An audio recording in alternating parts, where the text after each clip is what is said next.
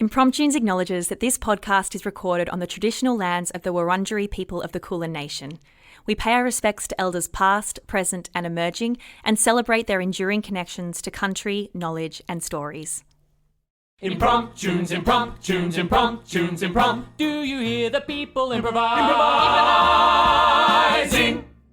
Good people of the world, thanks for tuning in to Impromptunes, the completely improvised musical podcast. Now here they are, the cast of Impromptunes. And welcome, everybody in the whole wide world. Everybody, one love, one Impromptunes podcast. Yes, that was Brenna doing all four parts of East 17 all by myself. You can tell which generation I grew up in. Welcome, one and all, to the Impromptunes podcast. Thank you for coming back. Or if it's your first time, hey, hello there. Thank you for stopping by and giving us a little try out. Today we'll be making an musical, an impromptu musical, one where we make up completely, we choose a title from the Bowl of Destiny, we make it all up the songs. But you know what, before I get any more into that, before I bore you with the logistics, I want to make very welcome my good friend and your good friend, Alexia Brinsley. Welcome to the studio. Hi. Thank you so much. Thank you for having me, Brenna Glazebrook. Oh my gosh, the pleasure is all mine. Always a pleasure, never a chore. And of course, you're brilliant, and adding on to that brilliantness is the fact that we've got Brenton Gardiner also in the studio. It does add on to the brilliant. Oh. Hello. Brenton, how are you? Pretty good. Happy to be here, in Brenna's House of Love, as we sometimes call it. It's true. Don't tell the police. She welcomes everyone by singing 4 parts all by herself. And of course, on the piano, we have the masterful, the talented, the divine David Peake. Oh, he's saying hello in piano. And of course, we couldn't do what we're doing today without the masterful, the tech genius, the DJ hands, gun fingers, Jacob Quek doing tech. Jacob Quek doing tech. Thank you so much, Jacob. You won't hear him, but you'll know he's here because he'll be keeping us in check, like the tech that is Jacob Quek. Guys, so... Tech Quek. I like that. Tech Quek. Tech Quek. Do-do-do. Guys, what is I had a really nice Sunday where I just laid in bed and listened to the rain. Ooh. It was so good. Like the real rain or like meditative the real rain. Or fake rain? I mean, it's not when you listen to an app like a meditation app that is the sound of rain. That's actually quite nice. But this was for real IRL rain. Ooh. And it felt so relaxing. And so I wanted to pitch to you, what is your ideal Sunday?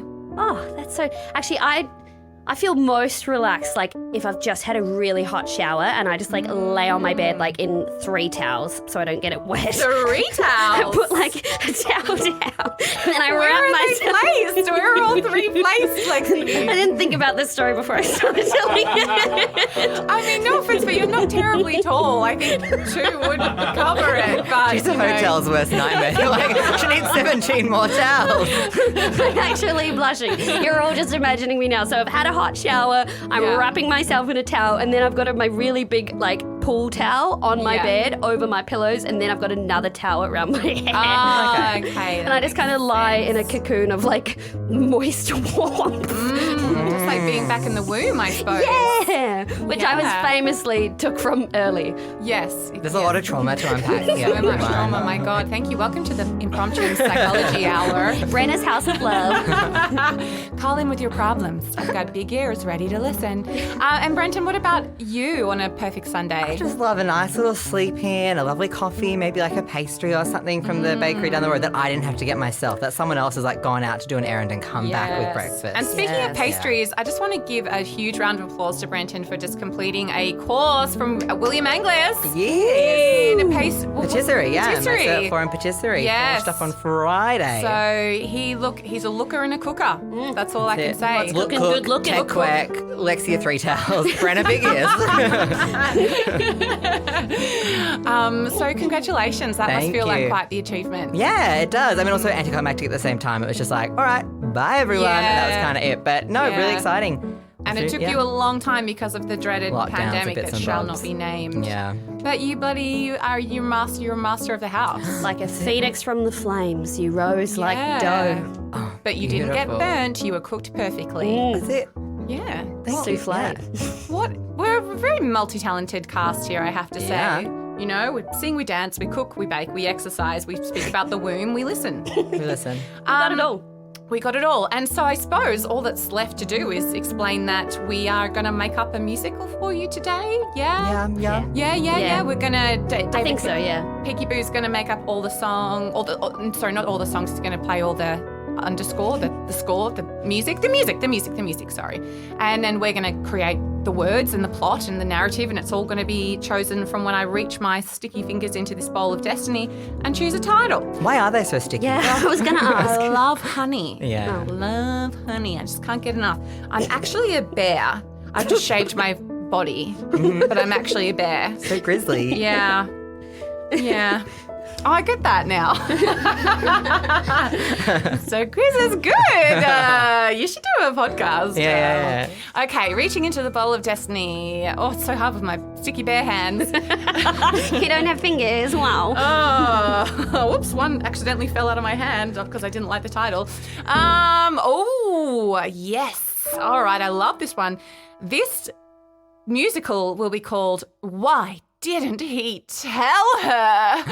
By Melissa Dawson, who has written to us from Instagram. Hi, Melissa And Dawson. before we go any further, thank you guys. If you want to send in your title, you can do it on our social media page, Instagram, Facebook, Super Secret Fan Club. Shh. Are we sure it was a title, or was she trying to like text her bestie like, why didn't he tell her? We slipped She's sending us we hack our followers' DMs. Oh my God, we slipped into her DMs on Melissa Dawson. Why? What didn't he tell her? What happened? know. What did he do? We'll find out, I guess. Find out. I We're have to about invite her find to out. Brenna's House of Love. Yeah, Figure sit it out. down. I'll put my chair, I'll swivel my chair backwards and then I'll straddle over it and we'll have a good chat about it. Okay, thank you, Melissa Dawson. Maybe a relative of Dawson from Dawson's Creek. We never know. Ooh, I hope so. Yeah. I certainly hope so too. Guys, cool. Well, there's nothing really left for us to do. We could prattle on, but we shan't. Well, we will, but we'll do it in an impromptu form. So, for the first, last, and only time, unless you listen to this again, Why Didn't He Tell Her? The musical by Melissa Dawson.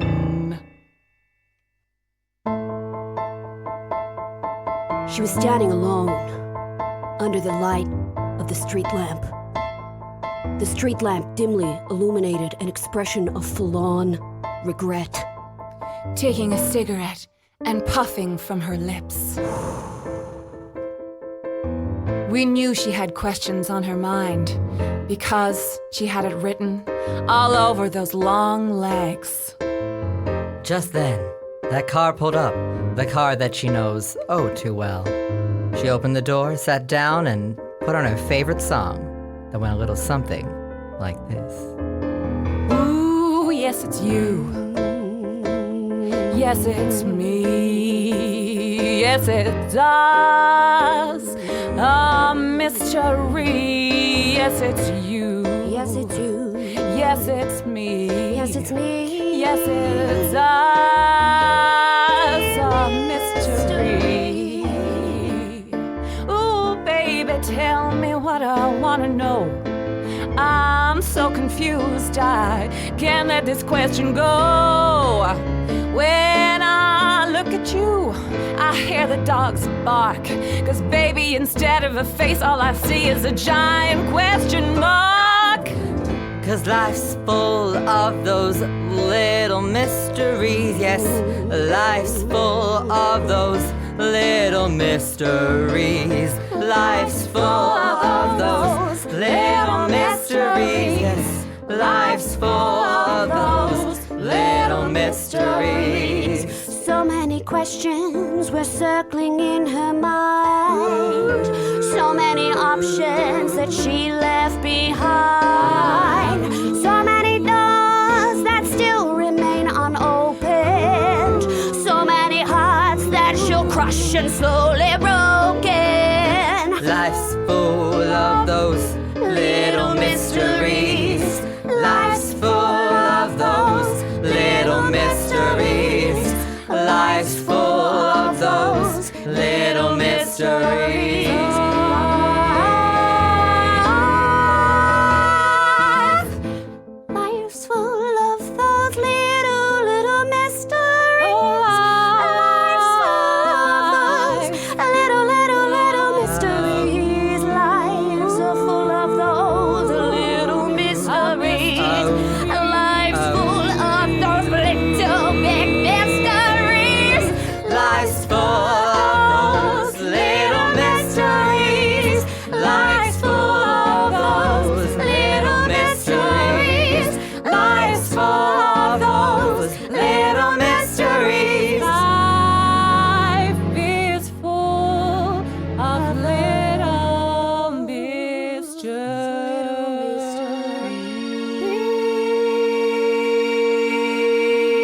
please. So, sweetheart, I hear you've been asking questions down at the old fish-gutting yard. Well, you know, I've always had a bit of a curious mind. Curious minds are gonna get you in the ground. I can't help but just ask a few questions now and then. Just who done it, why done it, where done it, how done it, what done it. What done it? The most famous question any detective should ask himself. Why, Dolly Mae, what's an innocent girl like you from New Orleans doing in this here Brooklyn, New York City? Well, Detective Big Smarts. That's my name, with the giggle at the end, and don't you pronounce it any other way. Detective Big Smarts. I'm here in New York. I'm simply just an innocent girl here, and I just wanted to make it big in the city. Oh yeah, Dolly Mae? So it wasn't you that murdered Gerald the punk? Oh no, I would never marry. Murder! Oh! Well, Dolly Mae, I think you've just given yourself... I would... Oh, no, I wasn't suspicious, but now I am. I would never murder or marry Jared the punk. I did love Jared, but not anymore. Rest his soul. Rest his soul, Jared the punk. Found bloody corpse. Shot through the eye, through the ear, through the nose. Eyes and ears and mouth and nose.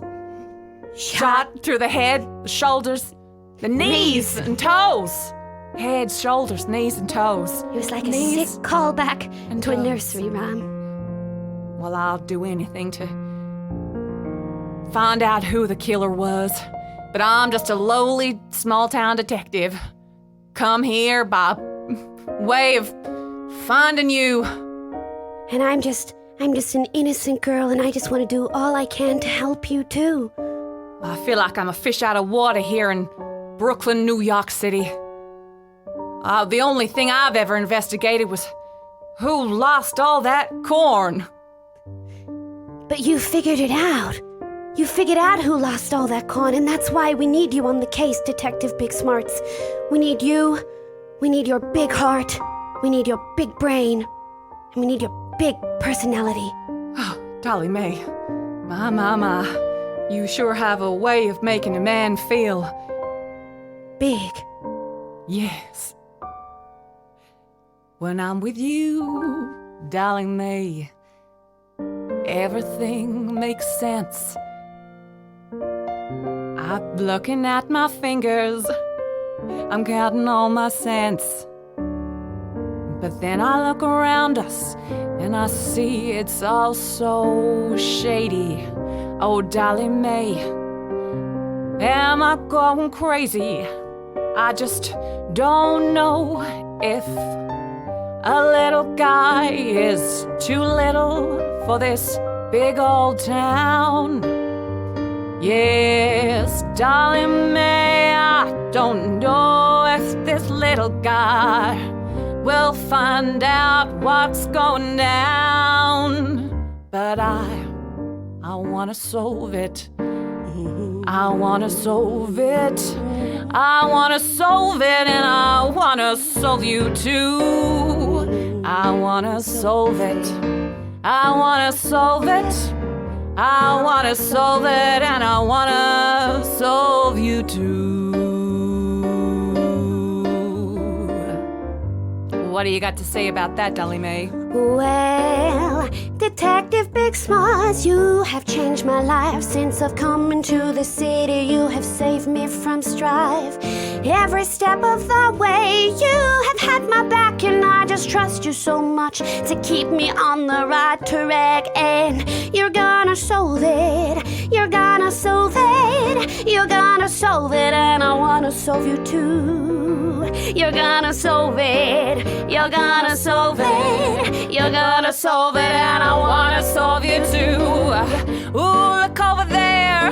Well, is that evidence? Well, my, things are getting tense. But it don't matter, gotta keep my mind on the job. I promise I'm a hot dick, no, I'm not some dirty slob. Cause I wanna solve it. I wanna solve it. I wanna solve it, and I wanna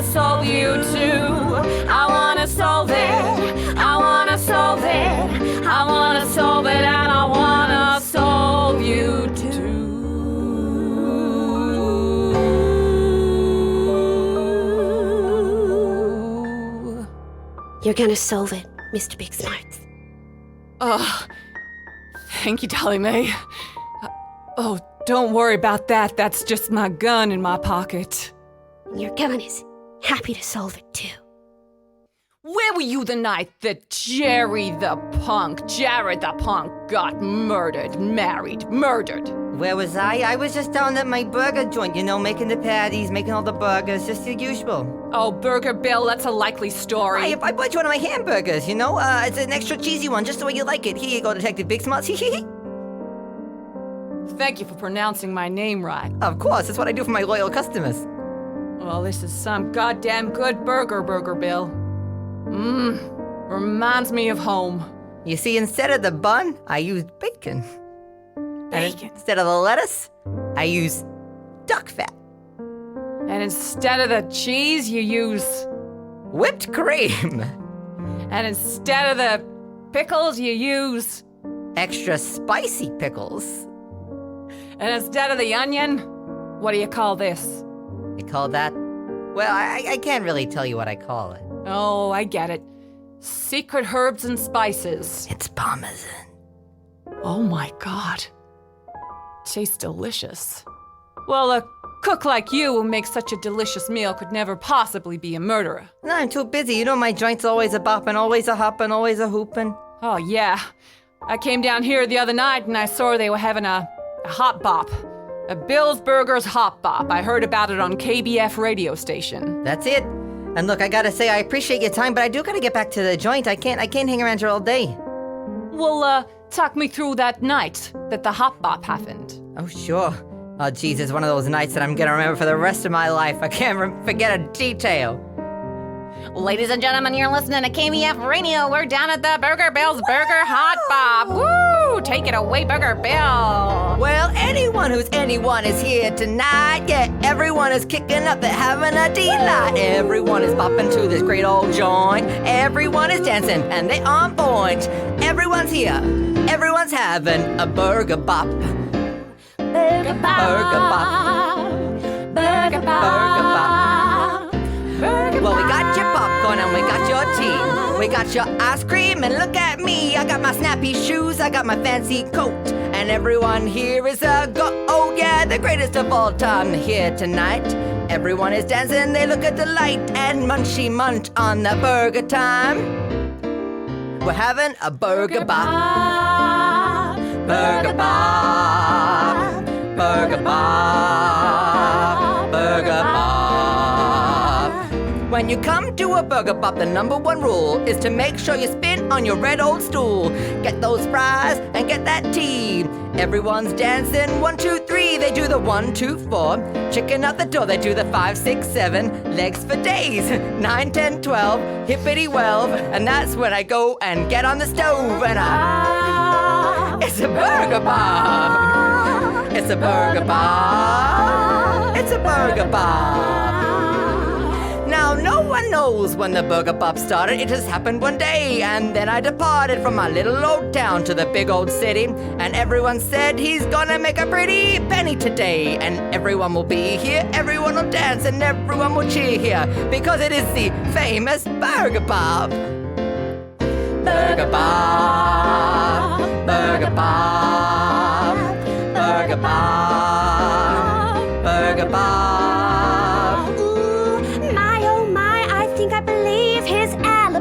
He's a man in need. He was making burgers. He couldn't be at the scene of the murder. No, he was doing the burger bop. Burger bop.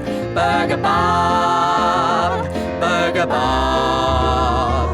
Burger bop. Burger bop. It's a burger drop.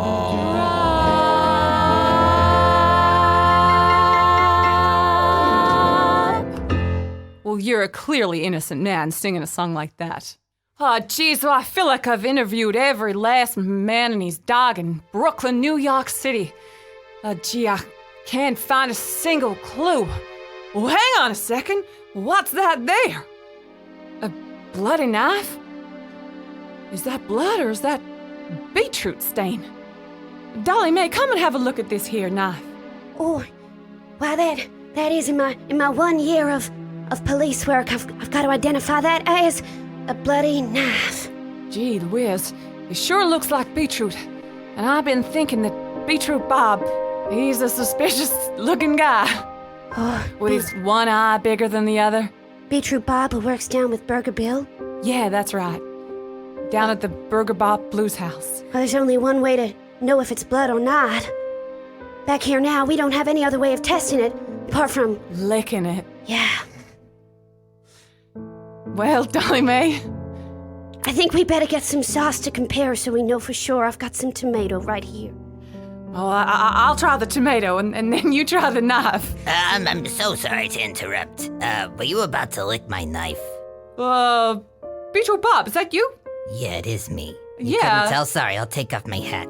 Oh, God, you can see Beetroot that Bob. one eye is much smaller than the other now. I was here making a sandwich last night, and I needed to cut it. It was a really thick pastrami, and I left it. I'm so sorry. If you don't mind, I'll just take it back. You trying to tell me that this dripping red liquid from this knife is pastrami? There was tomato ketchup in there. Oh, God. They've all got answers for everything, Dolly Mae. I'm starting to think that I should have stayed for another year in undercover police detective TAFE. You can't solve every crime, boss. Maybe it's time we let this one go. Oh, Move God. on to one of the other 100 cases stacking up. So yes, I can take my knife. What is this? Well, Where were you the night Jared the punk was murdered? I was at the Burger Bob, working out the back. God, everyone was at that Burger burger hop. Well, who wasn't at the Burger Hop? Who wasn't at the Burger Bob? That's a good question, huh? Let me have a look. Timmy was there, Tommy was there, Tula was there, Tina was there, Tate was there, Tiki was there, Tulina Pagoli was there. Tulina Pagolia! Takina Manoli was there. Oh, okay. I know she was sorry. there too, but they're different people. Actually, come to think of it, someone wasn't there. Who? Susan. Suzanne. Suzanne. S-U-S. First name, last name, Ann. Suzanne. Yeah. Suzanne. Of course. She was gonna come. She was gonna bring the ice, and yeah, she never showed up. Oh, my God. Well, I know Suzanne very well, and I think she's a lovely lady who wouldn't possibly murder anyone or marry anyone or do any of the above. Oh, Dolly Mae, it doesn't take a forensic psychologist to realize that you're puffing and panning like you're being panic. I'm Suzanne's alibi. I was hanging out with her. Dolly Mae? Yes, I'm very good friends with her, and we went for a stroll. We went for a stroll together. Very good friends or 1940s very good friends? 1940s very good friends. Dolly Mae, hand me that evidence knife bag. I'm gonna cut out my heart because I don't need it no more. Yep. If I ain't got you, and I ain't got a clue, geez, I wasn't even smart enough to put two and two together. You don't want me. You want Suzanne. Well, all you want is to solve this case. Why are you so close to this victim? Because Jared the punk was my Your best brother. Oh, God. Yeah. And my mom, when she was passing away on her bed of corn, she turned to me between bites. She said, Detective Big Smarts. She did the So laugh beautiful and that she everything. could laugh even with her last breath. She said, Detective Big Smarts, you found who killed my little boy, Jared Punk, and you come home, and then I can rest easy. That's a very good impression of her. Well, all I'm gonna say with my 1 year of policing, and you know what, yes, you can take this knife back now. Sorry to keep you here. All right, Sorry, I'll Beetroot. see you later. I didn't mean to get so emotional in No, front of it's you. okay. We're I'm relative so- strangers. I'm It's so kind of sorry. awkward. He was a good guy, Jared the punk. Yeah, it was. But what I was He's a good saying is, brother. with my 1 year of policing, I was with Suzanne. Everyone else was at the burger bop. Where were you? Where were you? Oh, the interviewer becomes the interviewee. Dolly May, you're turning the table.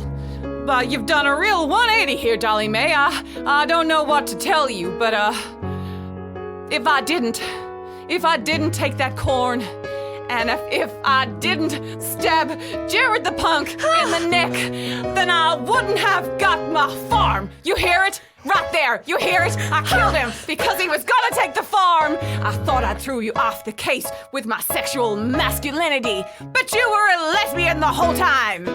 I was untouchable, unreachable to this horrid crime the whole time. You don't understand how much that farm means to me.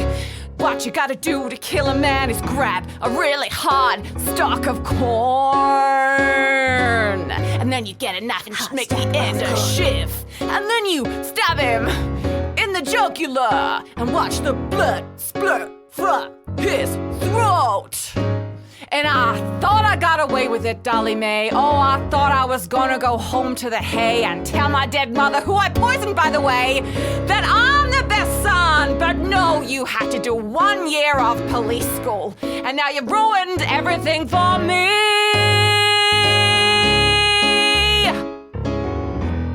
For you, yes, I'm sorry. I've taken it all, but you're a cold-blooded murderer. All this time, you were just a cold-blooded murderer. Everyone just knew it, but I just didn't look in the right place. It was you all the time, that look on your face. You were stabbing in the shoulder and the knee and the ankle and the head and the face with the corn.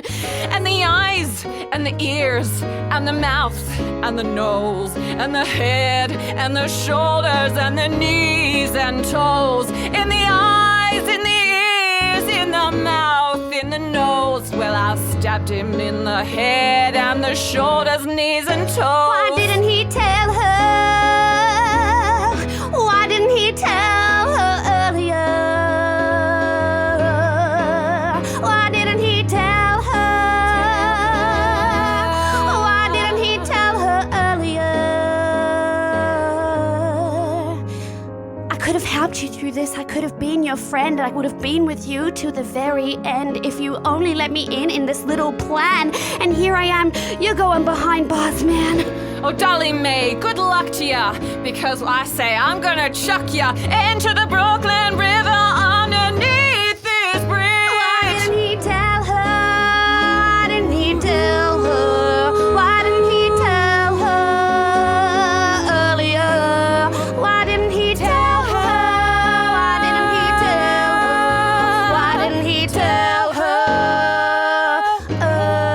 earlier? Too bad that you're a dame, Dolly May, because no one's gonna believe you. Yeah, that's right, it's the 1940s, and I'm in charge, being a man, that is, a policeman, no less, spending 2 years at undercover detective TAFE. Well, I am the height of masculine pride. You're a bad, bad man. Yeah, guess you'll never know it for real. You're going to hell. Here's my giant piece of corn I've been keeping since our first date. Here it is in my hand. Oh no, you've sharpened it with a knife! And here it is in your face. You'll never take me out. My eyes! My ears! Daisy May, what are you doing? My You're mouth. a murderer! Daisy May's a murderer! She killed him! She killed Detective! Oh, God. Beetroot Bob, no. It was provoked and you can't tell anyone. Oh, God, Beetroot Bob, I'm so sorry. Not a mistake, sweetheart. You're off to the clink. She's hysterical. Oh my God. She's I'm just crazy. a standby. I'm just a standby person. I killed him. I killed him. But he was gonna kill me first. I want to put you away for a long time, and I don't have that sort of power as a beetroot boy. But look, I'll tell you what. I'll keep this between you and me. You do that for me? On one account. Anything, Beetroot Bob. Give me back my knife. I'm so sorry I've been holding this for so long. Take my advice. Daisy May, get out of this town. Get out of this city. This city can't handle people like you. It'll bite you and spit you out like a burger bop. I'm getting the first train out of here. Not good enough. Get the one before it. Okay, I'll get the one before it, goddamn. I'm running. I'm on the train. All the best. The girl, she sits alone on the bus in the dim light, illuminated by the flickering stars. A look on her face that was almost unreadable, a look of horror, a look of she's seen things, she's done things, she knows things. But the only question she keeps ruminating around in her sad, sad mind is, why didn't he tell her? Why didn't he tell her? Why didn't he tell? Why didn't he tell her? Why didn't he tell her? Why didn't he tell her? Why didn't he tell her?